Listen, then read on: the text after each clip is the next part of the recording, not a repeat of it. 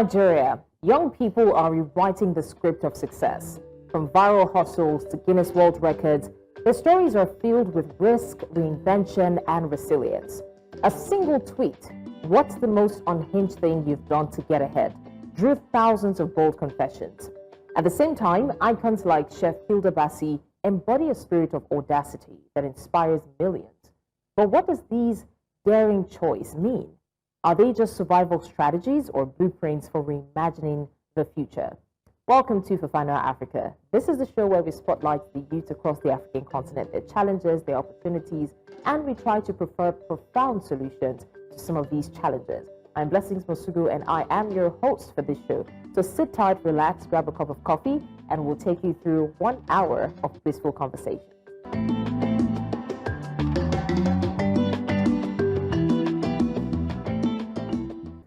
Well, risk-taking and reinvention aren't just buzzwords.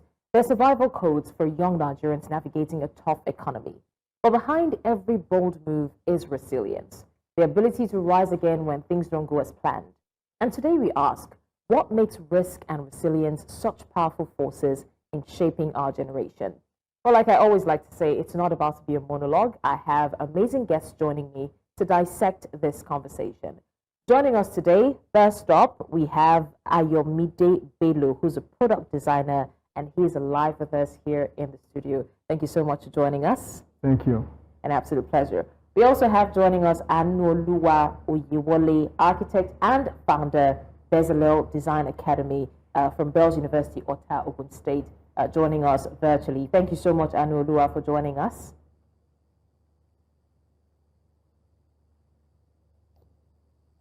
It's a pleasure. I'm hoping that they can fix the audio issue, though. Aanuoluwa, if you can hear me, please unmute your device. Right now, I can only read your lips, but I can't hear the sound of your voice. We also have joining us live in the studio, Osunbade Akeem Wiseman, the CEO, Ox Digital, CMO, Kudium. All right, thank you so much for joining us, Yeah, Akeem. thank you very much. It's an absolute pleasure. And subsequently, we'll also have joining us Olamilekon Giwa, a digital transformation brand designer and AI animations, IITA, Ibadan, Oyo State. But in the meantime, we will go straight to the conversations. But before we kickstart our discussion, you know Nigerians don't play when it comes to hustling. One viral tweet asked people to share the craziest and most unhinged things that they've done to move forward. And the replies, pure gold. So we'll run through some of the standout tweets before we have the conversation. Now this person says, this is the question, what's the most unhinged thing you've done to get ahead? And let's see the answers. This one says, the first unhinged thing I did was after my internship in 2016. I refused to leave. I kept showing up, asked to stay on part-time while in school, and did it for 18 months. That scrappy move turned into my first full-time dev role. Sometimes audacity is greater than permission.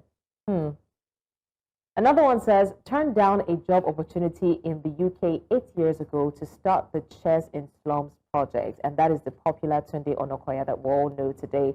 It was the wrong thing to do at the time, and I was only 22, and there was a lot of pressure from family to leave. But I had complete faith in my ideas and followed my heart, and that idea has become a Guinness World Record holding idea today.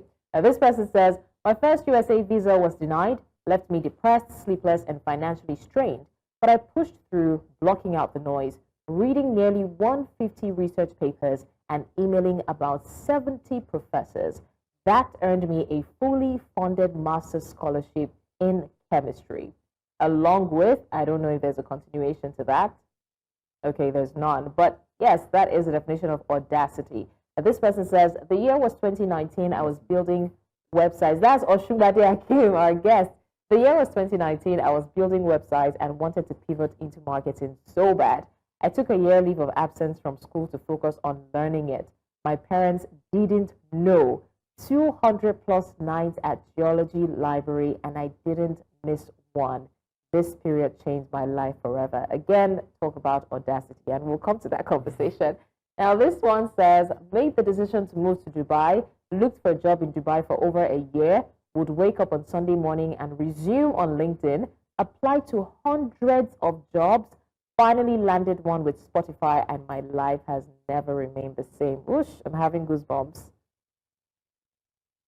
All right, these are very inspiring, and might I add, audacious moves by Nigerians. Who says Nigerians are not bold? In fact, you know, research has shown that Nigerians are one of the boldest people, not just by their words, but even by their actions. And these tweets have shown it. So we'll go straight to the conversation now. I'm going to start by asking Akeem the question, because his tweet was one of the tweets that we saw there. Akeem, what was the motivation behind such audacious move? And did your parents eventually find out? Yeah, they eventually find out. Well, they found out. But the main reason why I took that move then was, you know, I looked at, oh, after school, what exactly am I going to get my hands on? Oh, I think I really like to do tech. I like to do these things. But yeah, websites, I used to be a website designer, and there was a limit to what I could do with it. When I mean a limit, I don't mean the career website designing is limited actually, but based on the kind of person I am, what I like to do, what I like to achieve, and you know, the plan I have for my future, I figured, I needed to do more than website. I needed a more encompassing niche. I needed to play in that kind of market. So when that happened, I was changing department in school. I figured I needed a year to focus on this thing, because after school might be quite late. So I took the leave. I didn't tell my parents. I was in geology department. I was a library in the university, then back in Obafemi University, Ile-Ife. So I was in the library. I was always going there with a very small laptop. I would learn. I would, overnight. I would sleep over. I mean, a full year, no classes, no lectures, no testing, no exam. So I was learning this thing. I did it, and to be very honest, it's been the best decision I took in my life, because that moment changed everything for me. It opened my eye into markets, and looking back, I feel like, was it just a year? And mind you, I was just 19. So I asked myself as well, why exactly was I able to take? How was I able to take that kind of bold decision? But at the end of the day, I think it's inbuilt and it's normal. It's one of the things we should do occasionally. Breaking out of the norm, making a solid decision ourselves when we're convinced, and acting on it, ensuring we take decision, even if it's risky. I mean, as young people, we have the time, the chance to take risk actually with a lot of things that older people don't do. So I think that was it then, and it made a lot of sense. My parents eventually realized later. I'm quite unhappy with it. I mean, my dad might be saying this, I don't know. Yeah. Quite unhappy with it, but at the end of the day, I mean, finish school, run it up, and exactly just as I planned. That's exactly what I'm focusing on. That's exactly where my life is built around right now. Okay, very, very audacious. And I would say, don't try this at home. I mean, it's good to take risks, but we're not advocates of disobeying your parents. But then again, I think it's also important to call the attention of parents. I think that the reason why, and I'm sure it's a bit of deviation, but the reason why some young people feel like they don't want to talk to their parents about some decisions is because they feel they're not going to support them. So I think there's an avenue to urge parents to be more supportive of their children's decisions. It's not all the time that children want to do what you want them to do. And children don't always have to go through the conventional way of becoming lawyers before making some cool cash. But let me come to Ayomide now. We've seen some of the tweets, right, including Akeem's tweet, and in all of the tweets, there's one general factor, and that's the factor of risk.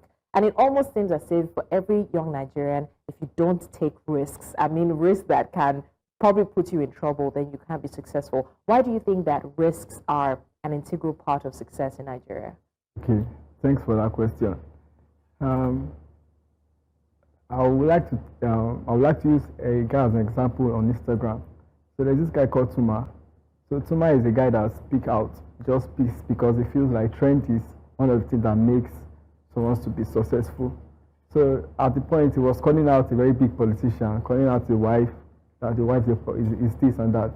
Okay, so that trend, it was feeling like, okay, people are actually going with this trend, taking this risk of actually calling out people so that they can actually survive and they can actually be popular, in quotes. So that trend was what he was trying to push across, but he didn't have that guidance. So I would say that most people take risk in a negative way and a positive way. You get, because in trending online, you have to take risk in a negative way and a positive way. So people take risk in a negative way in the essence that they do things that is against the norms of society, so that they will actually be more popular or more noticeable, more viral. You get, so some people take risks that are actually in the norms, but they won't be noticed for it. So most people take that negative part more. So if you look at the trend today, most people are always viral for negativity. Yeah. So I would say there should be the risk the risk in Nigeria should be basically about positivity and not negativity. Yeah, so that's just where I'm coming from. So I would say risk is actually good. It's actually good on one aspect. Now, a child that is growing up, a parent who want to take a risk of going through going away from the normal route of primary school, secondary school, then university. They want to take that route. Okay, I think this is the normal route that everybody take and make it. But if a child actually has his own innovation and his own idea, you can actually go out of the scope and say, okay, let's listen to this child and let's see what he can actually make of himself. Not basically forcing what you want on the child yourself. In fact, I can tell you, most of the people that make it in life, they are not graduates. They are not people that actually go to school. That's the most funny thing. Okay, you will see some people that cannot speak English. They are making it. It's not education is good, right? But there's a part of risk. There's a part of innovation of the particular person that wants to take that risk. He knows what he loves. He knows what he wants to achieve in life, and he knows that okay, this is what I want for myself. So there's a part of we giving the aspect of that child a chance to choose what he wants. So I feel that kind of risk can be encouraged. All right, thank you so much. Let's come to our virtual guest now, Aanuoluwa. We've talked about the risk factor and the success factor in Nigeria and even on the African continent. Now, for you as an architect and a founder, what does reinvention mean to you? Because that's another aspect of success in Nigeria. There's a saying that Yorubas say, I'm going to translate it in English, that if a child is taught, he has to reteach himself, and that's what we call reinventing yourself. So regardless of the school you went to, public, private, regardless of your background, you have to be able to reinvent yourself. So what does reinvention mean to you personally, and how have you lived reinvention? All right, thank you for that question. I believe when we talk about reinvention, that is important in a surviving system, because there's no clear path to success. You probably think that by having X and Y, we should have X, Y. But it will interest you that sometimes you may not get X and Y. You may not even get X, Y. So that puts us at the edge of having to reinvent. Then we have to go again to check how again can we re-strategize the system. Take, for instance, we have just a single opportunity for one person in a company. And then the person gets to know someone that knows someone, and then he says, I don't have the discipline required. Take, for instance, someone who is in school and then after schooling finds himself into content creation, whereas the person's primary discipline is either medicine, accounting, or what have you. But because of trying to survive, because of trying to put food on the table, trying to make an impact, reinvention becomes key. The person has to, in a way, transition the knowledge from the regular academic experience into the current role. One key thing that is causing this is just because opportunities are limited, and if you don't take this risk, you don't even know when you get the next one. So risk and reinvention are two terms that go together. You risk to jump on this opportunity, and while you are seizing that opportunity, you have to reinvent yourself. You have to adjust just to fit for that role. And it's something we also have to celebrate our youth for, celebrate every Nigerian for. Because Nigerians are not sitting back just waiting for the perfect time. Nigerians are not sitting back waiting for the government to fix things any longer. Now Nigerians are on the move every now and then, trying to ensure that if this does not work, then there's something else I can try. If this does not work, then let's also push this forward. So this is something very laudable that we need to celebrate Nigerians for. All right, thank you so much. Let me come back to Akim, and I want to ask Akim this question because again, because of your tweet. There is a conversation around the possibility that the younger generation of these days have become unhinged, right? Like you said, it's a good thing to take risks. It's a good thing to, sometimes take matters into your hands, be dogged with what you want. But unfortunately, some young people, especially people who don't even know where they're going, they see people like you doing good, and they're like, you know what, if this person can do it, I can do it, which is a good affirmation. But then if you don't have anything to work with, it now leads you to the part of desperation where you want to make the money by all means possible. And so there's a conversation about young people now becoming unhinged to the point where nobody wants a 9-to-5 job anymore. Even if they don't have anything they're doing currently, they would rather stay jobless and keep dancing on social media until something happens. So what do you think about that? And what is the balance that needs to be created in that regard?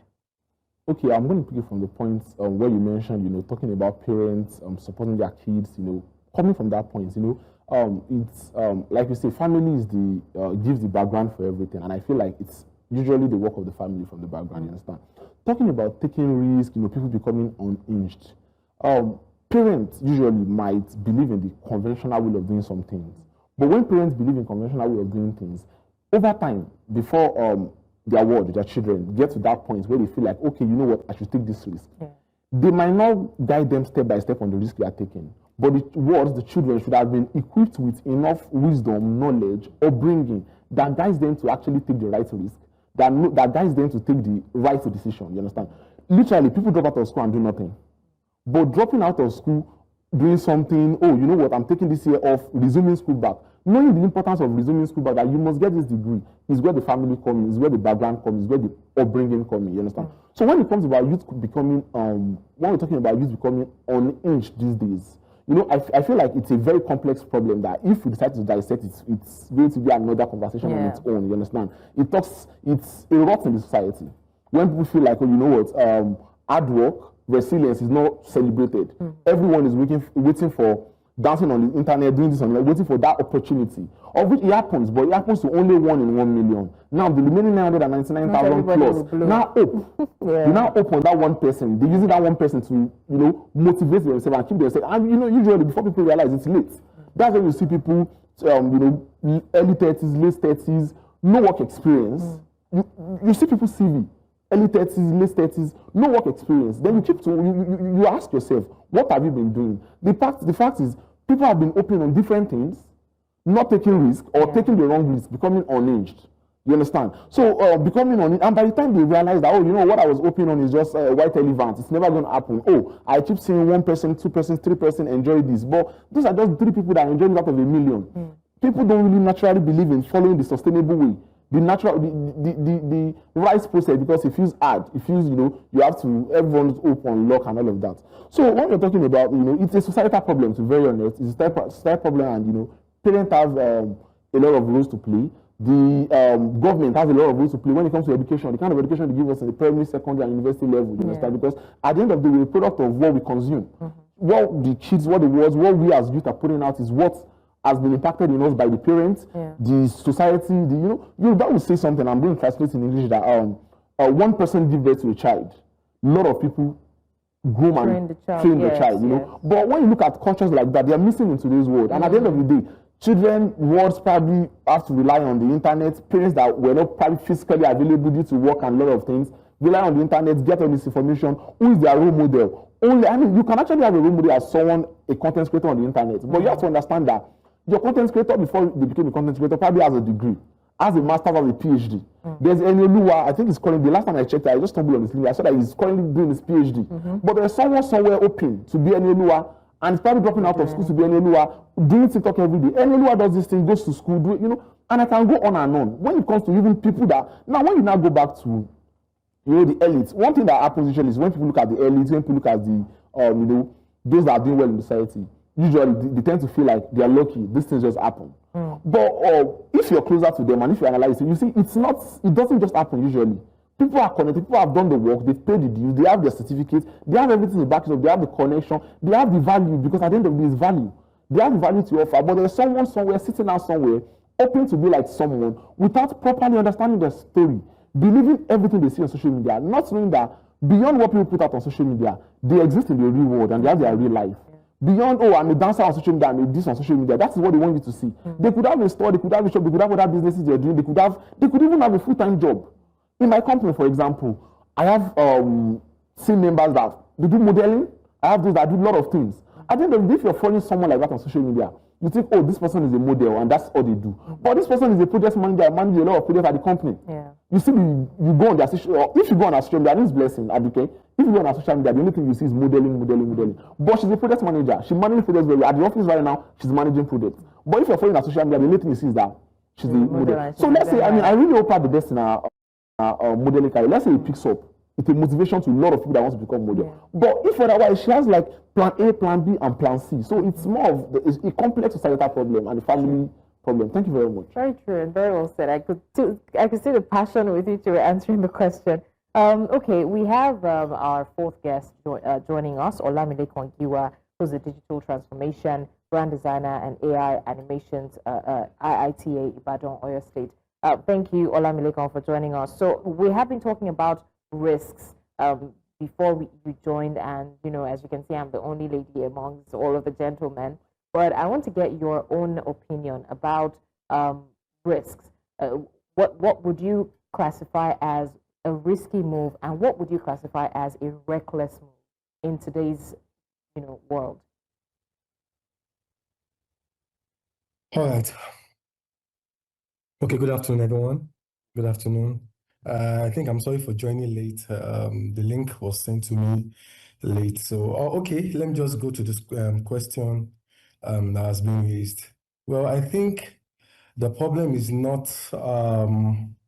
I think the society has been a little bit damaged, and it has already affected, the mental state of the youth. Now, like what the last person just said now about youth taking risk, I think the school adding value to the people. Now we have that a lot of people have gone to school, they've read, and many of them are not actually utilizing what they've been read. For example, somebody studying mass comm and at the end of the day, going out there to becoming a baker. So that kind of person taking much risk it's not going to. It might think, oh, what can I do? Because this is what I study and this is what I'm going out there to do. So risk taking, I will boil it down that is from first the mental state of the person. The mental state of the person. What do you have to offer out there? Now, the economy, I will bring it down to our environment. The environment is our country or the economy giving rooms for young minds to take risk.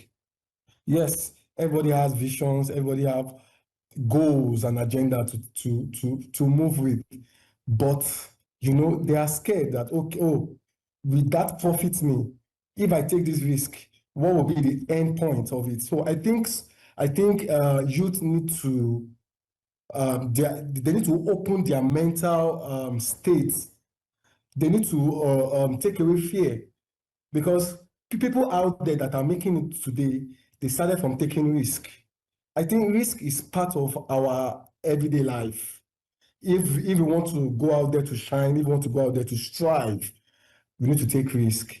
But is the environment where we find ourselves giving us the opportunity to take risk?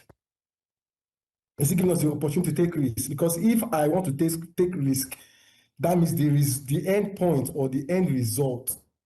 I must begin to see the result, or I must begin to see the result of what I'm taking the risk for. So that's why many people tend to go back to their shell. Many people tend to not want to be resilient in what they do. So that's why they go back. So they are scared of taking. There are many opportunities out there. There are many opportunities out there. Thank God that technology has taken turn of making youth. There was a time, I think in the era of in the last government, before President Tinubu government, where you were saying that youth are lazy. They are lazy youth. But to me, I don't think they are lazy youth.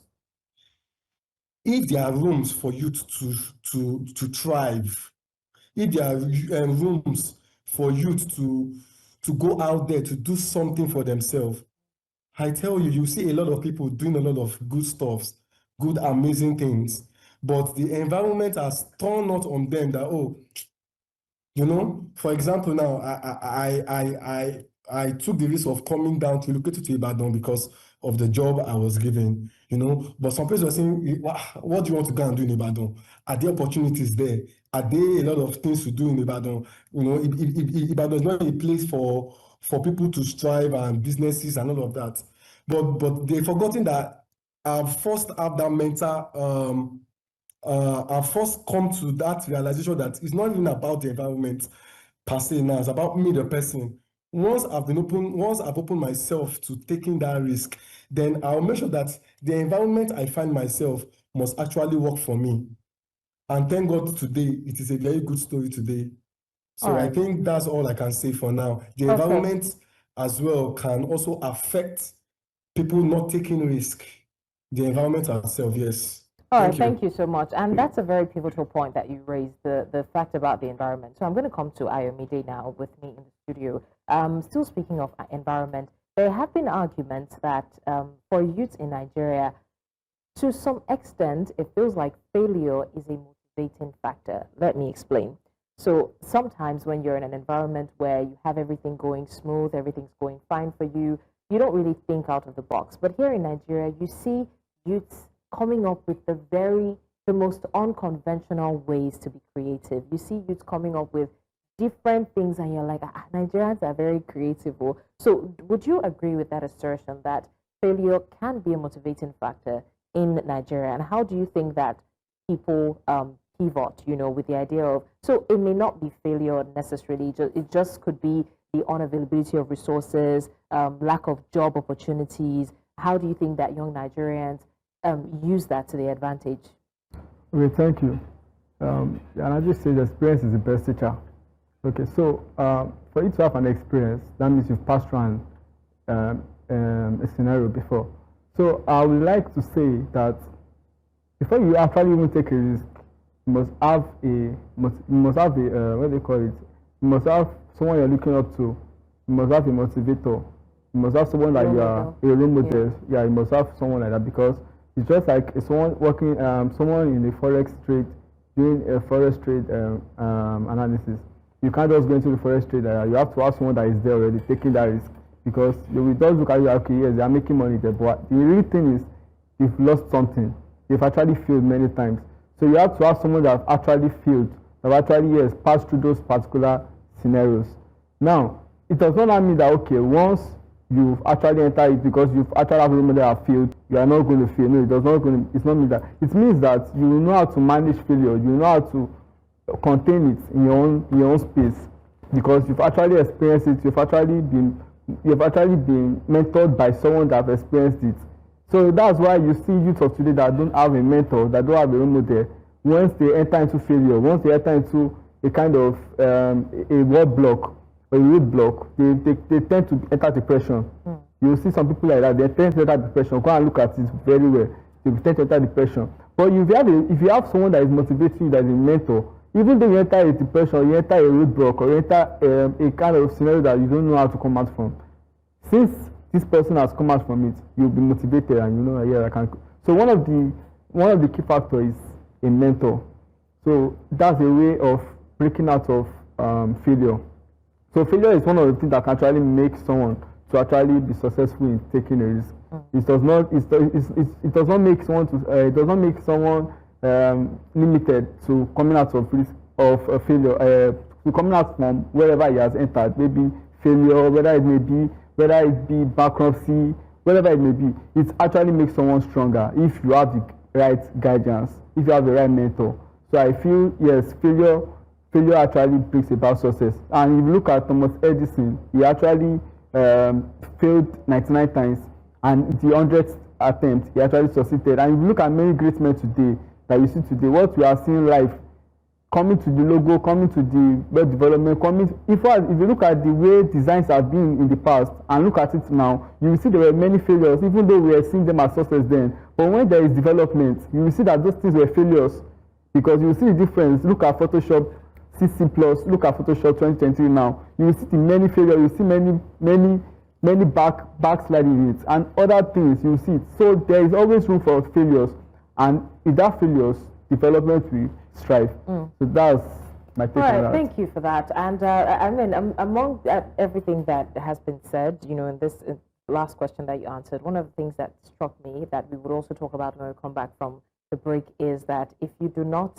at least just make it exist, then you will never know whether it can be successful or not. And that's one mistake that young Nigerians also make. We'll get to that. But in the meantime, let's go on a short break. It's still Fafanua Africa. When we come back, we're still talking creativity, the risk factor, and general success in Nigeria. Stay with us.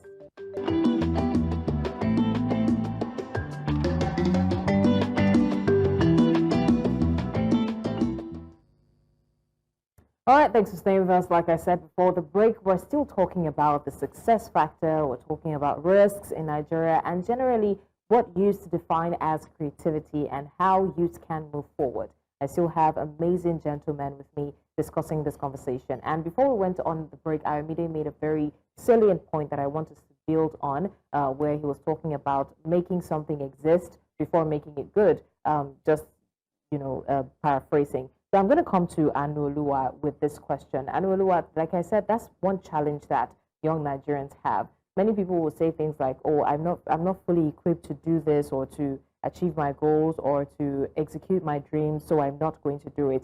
But then if we look at the people in history, our forefathers, our ancestors, and even the books that we've read about, we've seen people, I mean, he made mention of someone who tried 99 times and got it after the 100th time. So what do you think is that factor do you think that it's a generational thing that people get so demotivated easily? Okay, I tried this once, I tried this twice, it's not working, I beg, let's try something else. Do you think it's because of the fact that they're trying and it's not working, or because they think there's so many other options? Okay, I'm trying to be a mechanic, it's not working, let me try tailoring. If tailoring is not working, I'll try blogging. What do you make of that? Right, thank you for that question. So I do not totally agree that people hop on different opportunities, because we also need to be aware that because you're taking a risk does not automatically equate success. There's a part of resilience in between the equation. Yes, you've taken a risk to start, but between you starting to fulfillment or to reward or to success, there's a time gap, and that time gap is filled with different activities. It's like traveling from a particular destination, take for instance, Ibadan to Lagos. You are going to encounter different challenges on the way. Probably a Micra driver who drives recklessly, probably you get to experience a punctured tire. All of these things do not mean that you will not get to your destination if you are resilient about the journey. So because you've taken the risk to start, you also need to go on that journey with resilience. That yes, I've started, but my effort, the courage should not end with just starting. The courage should also translate into resilience, such that that will help me to overcome whatever challenge that comes along the way. Now, another thing also is that these challenges are what makes us. Whatever challenge that we experience along the way are what makes up for our experience, and this experience becomes something we use in turn to mentor other generations. So if everything is all rosy, if everything is smooth, what are we going to have to mentor other people? Challenges are part of the journey, and it is something we just have to accept as a norm. So in fact, it is called challenge because we need to respond to it. A challenge is not something that should keep us mute. A challenge is not something that should keep a particular potential just lay fallow. A challenge is something that must be attacked. So we need to also be aggressive in our response to things. We need to be aggressive in the journey to success. Yes, you've taken the risk, good, congratulations. But you also need courage, you need resilience, or else it will just end as multiple trials. And nobody is going to reward trials. For Thomas Edison, nobody really gave him accolade for trying 1, 2, 3, maybe the 10th time, maybe the 50th time. Nobody gave him accolade for trying until when it was successful. And every time I remember this story, it makes me think a little more that what exactly was fueling Thomas Edison to try just one more time. And the last time he got it, he didn't get it because he was so resilient, but because he has had enough experience. He knows too many things that will not make it work. And so at the 100th trial, He already knows what to do to make it work and what not to do to make it work. So whatever challenge that we encounter along the way, it is part of the experience.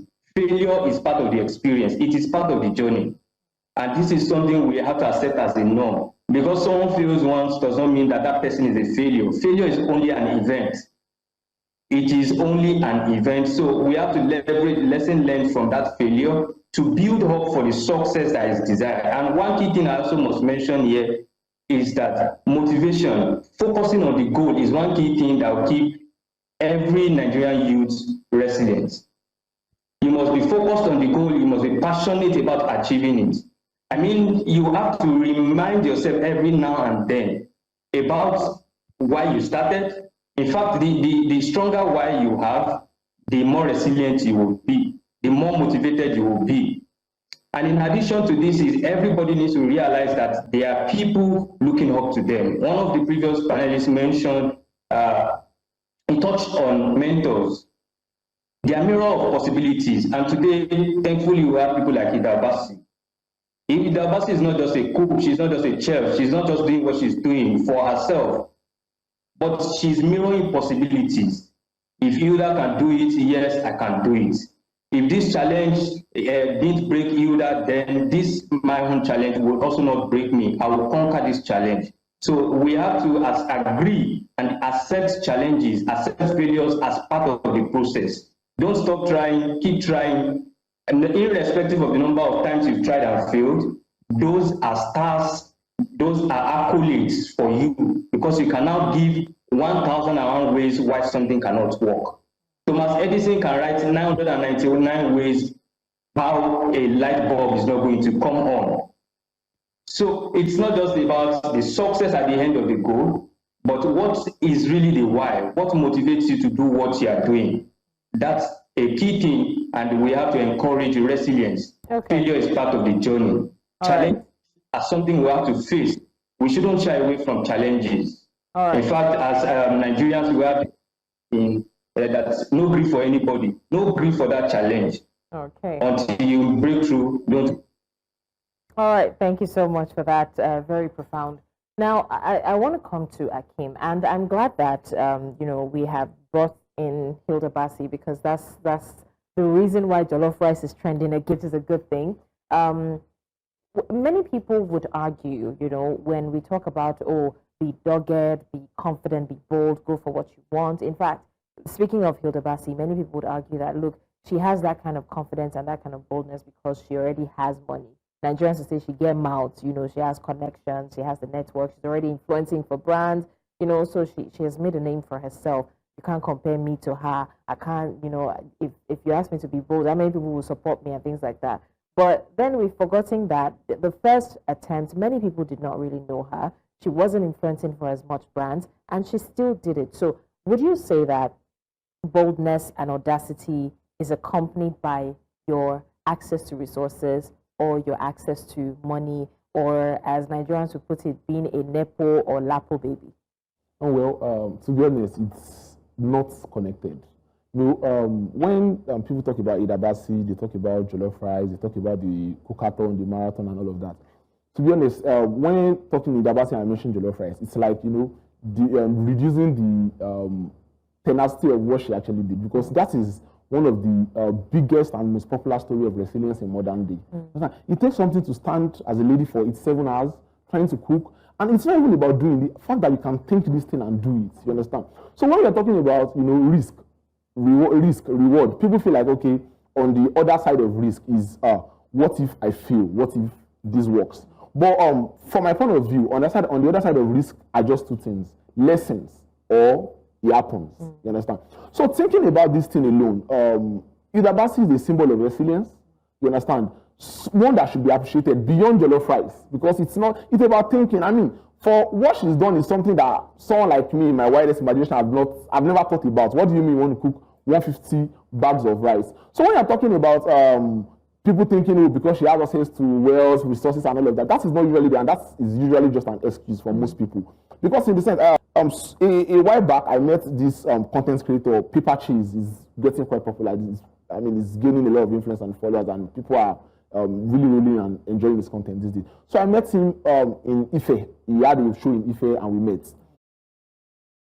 Protect every day with dirty and stains, no do shakara. We got the remedy, original palasa. Hypo, go. So I met him in Ife. Paper cheese is getting quite popular. It's gaining a lot of influence and followers, and people are really and enjoying his content these days. So I met him in Ife. He had a show in Ife and we met. So there was another content creator who happened to be my friend. I was talking to him that, oh, what are you doing with your content? He said he wants to do content. How serious are you taking this thing? So I wanted to show him the paper chase content in Ife. It was just few days. And in those few days, I had to scroll before I get to that part. I was like, look at you. This is the guy that has reasonable fame, getting money already. He's created like 12 contents. You're coming. You're still trying to arrange your page. You're still trying to, that's exactly what we're talking about. People feeling like, it's not to cook 150 bags of rice. The amount that Hilda particularly spends, what she spent, and what you can't relate it to because she has wealth, because that is not any calculation of wealth. It's the calculation of what she has in her. A lot of people, when you see the so-called people with wealth, the so-called people with access, the so-called people with money, you'll be surprised. I mean, recently, I think I've been, had reasons due to my business to interact with a number of them. One thing I can tell you is that most times they actually outwork those that actually need to work. Mm-hmm. People that have the fame, people that have the money, that have the access, they outwork. There's a chef somewhere thinking, and when you think of the smallest idea before, they won't even think of it. That is too stressful for me, I can't do it. But someone stand up and say, you know what, I want to do. When she did the first one, like you mentioned, she was not popular at all. But she stood up, she did it. From 10 crowd, 20 people gathered, 30 people, before it's blew up. It could have gone otherwise and people would not notice her as well. But she was willing to take that risk at the end of the day. And even after becoming popular, she still decides to do something else. Do something else. People would take that and take it home for life. Which means she might still be the third one, whereas the other chef that feels like, it's because I would not even try something. So when it comes to risk, when it comes to, for me, I call it that dog, DAWG. When you have that dog in you, I feel like you can't connect it to money, you can't connect it to access. Like, for example, when we were setting up my agency in Lagos, we were like, okay, you know what? We're in Lagos, we have to be at the central business district. That's like Lekki Phase 1. We checked the rent, it was very expensive. But we're like, you know what? We have to put this together. It's a risk. Put our own money, put our resources together. If we are to relate it to what we have, we would not do that. Yeah. Because we did not have anything close to what we had to put on ground to actually set all of that up. But we did it because we felt like, okay, we could do this and let's see what we can come up. But someone somewhere has more and is scared and is not willing. So at the end of the day, you can't connect risk taking, appetite for risk. At the end of the day, risk has to be calculated. But you can't connect appetite for risk, ability to take risk, resilience to access money. Because at the end of the day, you feel those people actually do more, they take more and they act more. Whereas those that should actually be doing it are sitting back and complaining, criticizing them and having a lot to say about those that actually made. Thank you so much. Okay, very quickly, let me come to Olamilekan, and because of our time, I'll just get Olamilekan and Aramide's opinion. Now, still talking about risk, I want us to find out what is on the other side. We've talked about, if you take risks, you tend to be more successful. What is the risk of not taking risks? Because some people just sit down like, if I don't try, I can't fail. But they don't know that if you don't try, there is something more detrimental than not even trying at all. So what would you say are the dangers of not taking risks? Very quickly, all right. because of time. Thank you so much. Yeah, thank you so much. There's this particular quote I love by Martin Luther King Jr. And it strikes me all the time I see that quote. The quote says, if you can't fly, then run. If you can't run, then walk. If you can't walk, then crawl. But by all means, just keep moving. No matter the level of speed or no matter the level of the tenacity you are going with, just keep moving. So I think the problem is just we need to shift our narrative to possibilities. Like we must be possible thinking. We must try to do the impossibilities. Like something, just make sure that you keep doing something. Like that of Hilda Baci. Some people say it's luck. It is not luck. I think that has been in her, and she just allowed that to let loose. And letting loose gave her that name and record breaking. So as you taking risks, just try and shift your narrative of being possible. What are the things? Look around you. One of my boss will tell me that, Lekon, just look around you. There are many things that you can use to make money.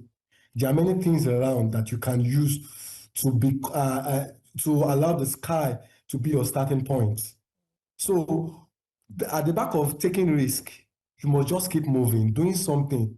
I know that many of us have something to do, but we are just making excuses of, oh, I don't do this, I can't do this, I can't do this. For me, when I actually studied computer science, and it has been much an interesting field for me. So I started by being an entrepreneur. Yeah, back in Lagos, I started being an entrepreneur. In fact, I had a fashion brand. So I made sure that I turned what I have. I didn't have a job at that time, but the gift I had helped me to create a niche for myself. For example, some people call me, oh, I like the way you dress. Hey, I like the way you put your colors. I like the way you combine your clothes. I like the way you do things.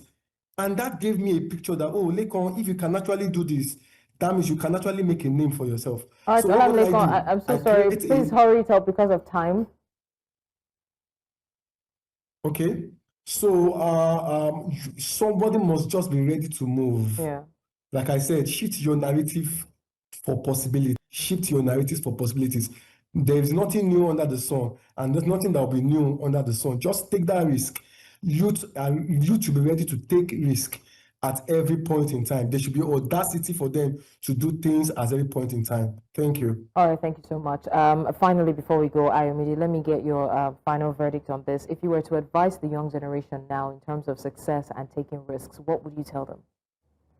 Okay. First of all, I would say take risks that you can manage, because there are risks that some people can manage. There are risks that lead people to depression. There are risks that make people to commit suicide. Just imagine using your last card to go and invest in crypto, maybe 100 million worth of it, and it thing crash. Now, sniper remain now. So first, take risks that you can manage. That's the first advice. Because risk is actually normal. And before you take risk, have a mentor, have someone that will guide you into taking risk. Yeah. But some people will say, I have a brain child, I have something that has not been invented before, I want to invent it. And you'll be asking, can I have a mentor for that? Somebody has not done that. But the truth is, there is mentor for guidance. So if somebody can put you through on how to go on with your task, it does not mean that, okay, because you don't have somebody that is in your academic space, or you don't have somebody that is in your field of study, or you look for someone that will just guide you, that, okay, this is what you should do at a particular time. That's one of the things. Take risk that you can manage, and have a mentor that can actually put you on the right track. So that's my advice for risk management for people that want to take risk. Okay. Yeah. All right, thank you so much. It's an absolute pleasure having these gentlemen discuss this. Like you've heard it all.